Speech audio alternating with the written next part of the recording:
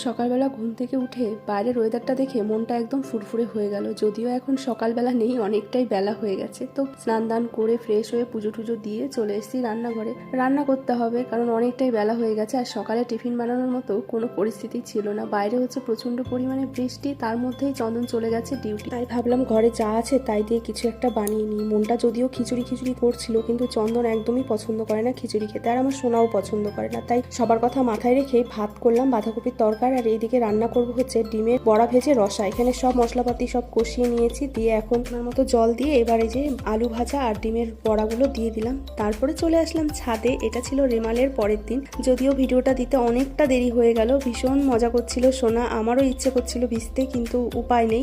যাই হোক, ভিডিওটা যদি তোমাদের ভালো লাগে অবশ্যই কিন্তু লাইক কমেন্ট শেয়ার করবে। অনেক ভেজাভেজি করে চলে এসেছি ঘরে, খাওয়া দাওয়া করে নেবো। আর এদিকে চন্দনও চলে এসেছে ডিউটি থেকে। চলো টাটা, সাবস্ক্রাইব করে দিও।